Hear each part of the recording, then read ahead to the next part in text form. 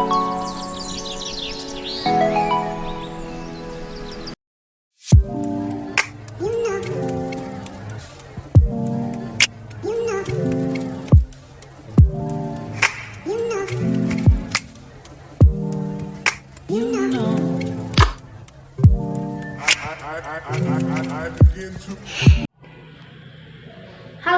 kembali lagi bersama kami dalam diskusi saat ini, yaitu mengenai peran Allah dan peran pemerintah dalam kehidupan orang percaya. Masih banyak di antara kita yang belum mengerti mengenai peran Allah dan peran pemerintah di dalam kehidupan orang percaya. Nah, untuk itu, pada saat ini kita akan membahas mengenai peran Allah dan peran pemerintah. Dan kita akan membaginya menjadi dua sesi. Sesi pertama akan membahas mengenai peran Allah dalam kehidupan orang percaya, dan sesi kedua akan membahas mengenai peran pemerintah dalam kehidupan orang percaya. Dan langsung saja kita akan masuk dalam materinya.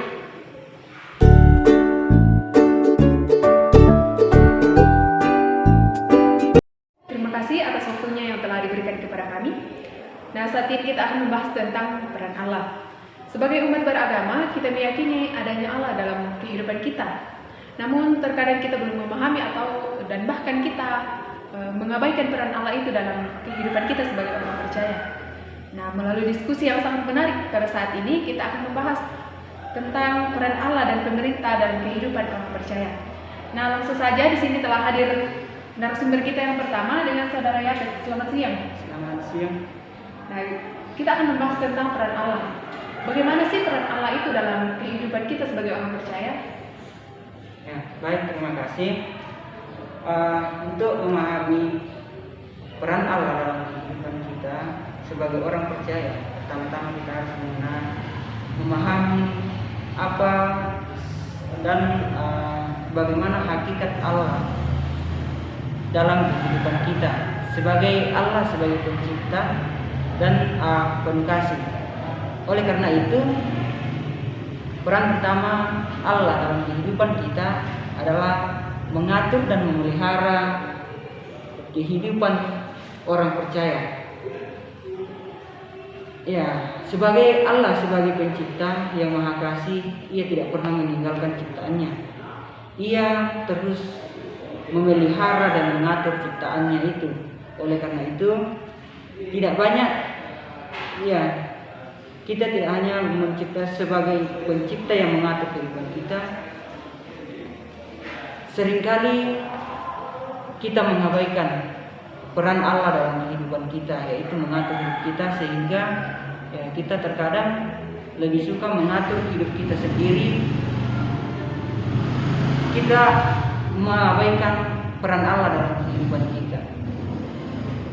Kita baca dalam kitab Yakobus pasal 4 ayat 13, firman Tuhan mengatakan, "Jadi sekarang, hai kamu yang berkata, hari ini atau besok kami berangkat ke kota Anu, dan di sana kami akan tinggal setahun dan berdagang serta mendapat untung, sedang kamu tidak tahu apa yang akan terjadi besok. Apapun arti hidupmu? Apakah arti hidupmu? Hidupmu itu sama seperti uap yang sebentar saja kelihatan lalu lenyap. Sebenarnya kamu harus berkata, jika Tuhan menghendakinya, kami akan hidup dan berbuat ini dan itu." Di sini firman Tuhan jelas mengatakan bahwa dalam kehidupan kita sebagai umat percaya, kita harus senantiasa melibatkan Tuhan. Kita tidak boleh mengabaikan peran Allah dalam kehidupan kita. Dari 1 Petrus pasal 5 ayat 7 juga mengatakan bahwa serahkanlah segala kekhawatiranmu kepadanya, sebab Ia yang memelihara kamu. Ya, jelas firman Tuhan pada saat ini dalam ayat ini mengatakan bahwa Allah sang pemelihara kehidupan kita. Kita bandingkan dengan firman Tuhan dari Pengkhotbah pasal 3. Di situ mengatakan bahwa segala sesuatunya ada waktunya. Ada waktunya kita berduka, bahagia, dan sebagainya dan selanjutnya. Jadi di sini kita perlu menyerahkan hidup kita kepada Tuhan, dan jangan kita terlalu banyak mengeluh dengan keadaan yang kita alami, karena dalam kehidupan kita. Segala sesuatunya itu ada waktunya. Nah, inilah yang membuat kita sering mengabaikan Allah dalam kehidupan kita. Lalu kita sering berambisi merangkai kehidupan kita sendiri tanpa melibatkan Tuhan dalam kehidupan kita. Ada sebuah ungkapan yang mengatakan bahwa manusia hanya menjalani kehidupan yang telah digariskan. Karena itu manusia boleh berencana tetapi tidak berhak untuk memaksa. Manusia boleh memohon tetapi tidak berhak untuk menentukan. Dan ya, itulah peran Allah yang pertama. Peran yang kedua yaitu menebus dan menyelamatkan orang percaya.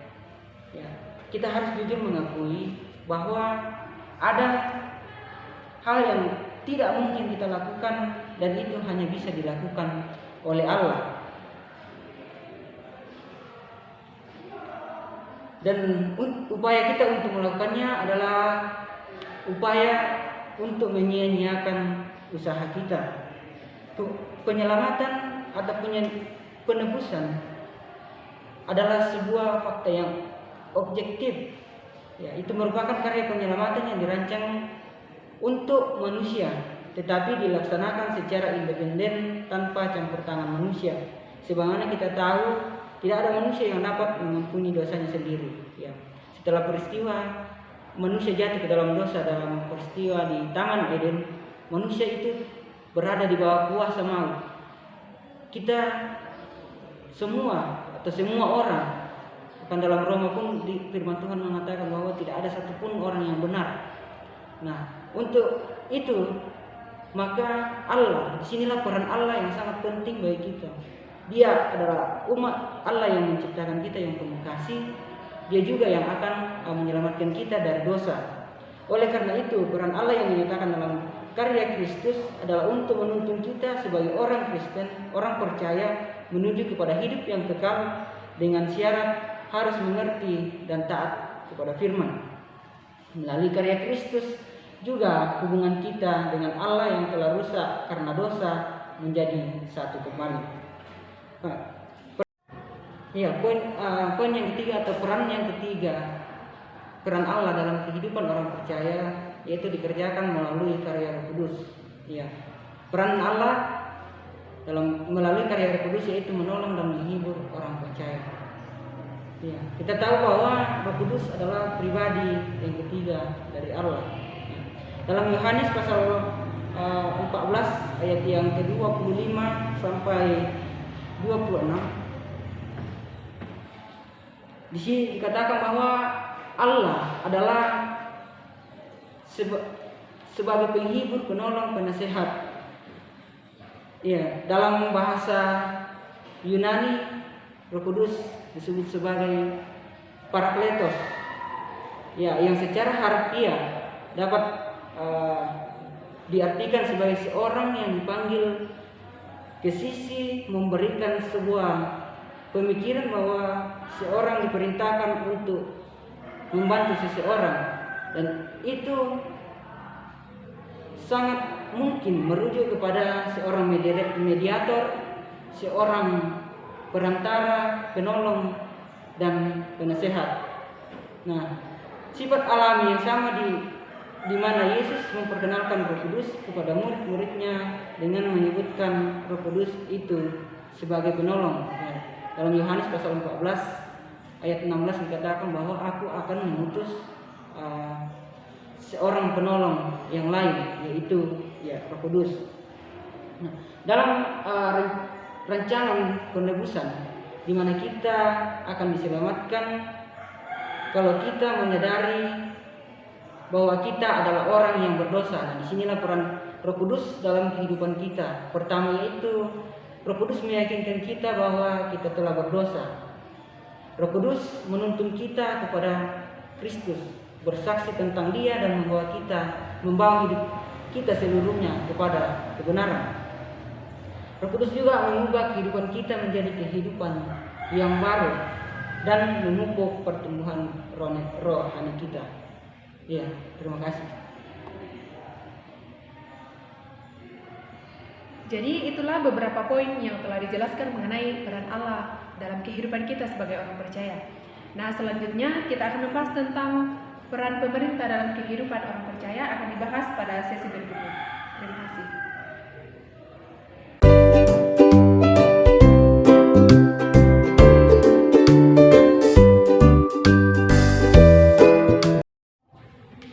Ya, terima kasih. Pada sesi kedua ini kita akan membahas mengenai peran pemerintah dalam kehidupan kita sebagai orang percaya. Seperti yang kita ketahui bahwa tidak ada pemerintah yang tidak berasal dari Allah, di mana pemerintah ini merupakan wakil Allah sendiri. Nah, yang menjadi pertanyaan bahwa apa sih pemeran pemerintah dalam kehidupan kita sebagai orang percaya? Dan untuk lebih jelasnya, kita langsung tanya saja kepada narasumber kita saat ini, Saudari Eva. Ya. Selamat siang. Selamat siang. Ya, langsung saja kita bahwa apa sih pemeran pemerintah dalam kehidupan kita sebagai orang percaya ini? Terima kasih. Kita ketahui bersama bahwa dalam kehidupan kita sebagai anggota masyarakat terdapat yang namanya pemerintahan atau aturan-aturan atau hukum-hukum yang kita akui bersama sebagai anggota masyarakat. Nah, seperti saudari tadi bilang, dikatakan bahwa pemerintah adalah wakil Allah. Pemerintah dipilih oleh Allah untuk menjadi pemimpin dalam masyarakat, menuntun masyarakat menjalani kehidupannya dengan peraturan-peraturan yang ada, agar kehidupan yang dijalaninya akan lebih baik. Nah, kita sebagai masyarakat pun dan sebagai orang-orang Kristen, sebagai orang yang percaya, kita harus taat dan menghormati pemerintah. Seperti yang dikatakan di dalam kitab Roma, pasalnya yang ke-13, ayat yang pertama sampai ayatnya yang ke-17. Di situ dikatakan tiap-tiap orang harus takluk kepada pemerintah yang di atasnya, sebab tidak ada pemerintah yang tidak berasal dari Allah, dan pemerintah-pemerintah yang ada ditetapkan oleh Allah. Sebab itu barang siapa melawan pemerintah, ia melawan ketetapan Allah, dan siapa yang melakukannya akan mendatangkan hukuman atas dirinya. Sebab jika seorang berbuat baik, ia tidak usah takut kepada pemerintah, hanya jikalau ia berbuat jahat. Maukah kamu hidup tanpa takut terhadap pemerintah? Perbuatlah apa yang baik dan kamu akan beroleh pujian daripadanya. Karena pemerintah adalah hamba Allah untuk kebaikanmu, tetapi jika engkau berbuat jahat, takutlah akan dia.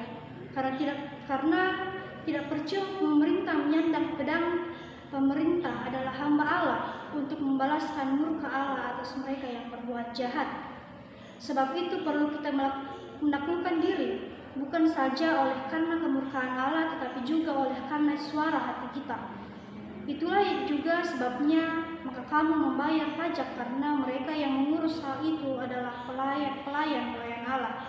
Bayarlah kepada semua orang yang harus kamu bayar, pajak kepada orang yang berhak menerima pajak, cukai kepada orang yang berhak menerima cukai, rasa takut kepada orang yang berhak menerima rasa takut, dan hormat kepada orang yang berhak menerima hormat. Jadi dalam ayat ini ditekankan kepada kita untuk taat dan takluk kepada pemerintah, di mana kita taat dan patuh, kita pun menaati ketaatan atau ketetapan Allah yang ada dalam kehidupan kita. Ya, luar biasa jawaban dari Saudari Eva. Jadi peran pemerintah ini yang layaknya wakil Allah adalah mengarahkan kita atau masyarakatnya untuk dalam kehidupannya melakukan hal yang baik. Nah, tidak dipungkiri bahwa sekarang banyak pemerintah yang tidak menjalankan tugasnya dengan baik layaknya wakil Allah ini. Nah, pertanyaannya bahwa apakah kita tetap menaati pemerintah yang tidak menjalankan tugasnya dengan baik, atau bagaimana tanggapan saudari Eva? Terima kasih. Kita bisa lihat dalam kitab Titus pasalnya yang ketiga sampai ayatnya yang kedua. Di situ dikatakan, ingatlah mereka supaya mereka tunduk pada pemerintah dan orang-orang yang berkuasa, taat dan siap untuk melakukan setiap pekerjaan yang baik. Janganlah mereka menfitnah, janganlah mereka bertengkar, hendaklah mereka selalu ramah dan bersikap lemah lembut terhadap semua orang. Kita dapat menyimpulkan dalam kitab ini bahwa kita memang diperintahkan untuk tunduk kepada pemerintah, tetapi dalam hal-hal yang baik, bukan dengan perkara yang jahat. Maksudnya kita sebagai anggota masyarakat, kita harus taat dan melakukan apa yang sepatutnya kita lakukan sebagai anggota masyarakat. Kalau dikatakan bahwa apakah kita tetap taat kepada pemerintah walaupun pemerintah itu tidak melakukan tanggung jawabnya dengan baik? Ya, menurut saya itu urusan mereka. Tugas kita sebagai masyarakat, bagaimana kita melakukan hal yang baik dan memberikan hal yang terbaik untuk pemerintah. Tidak melihat kesalahan mereka, tetapi sebagaimana kita berpikir apa yang kita lakukan, apa yang kita berikan kepada pemerintah itu untuk Allah, bukan untuk manusia. Ya, terima kasih jawabannya.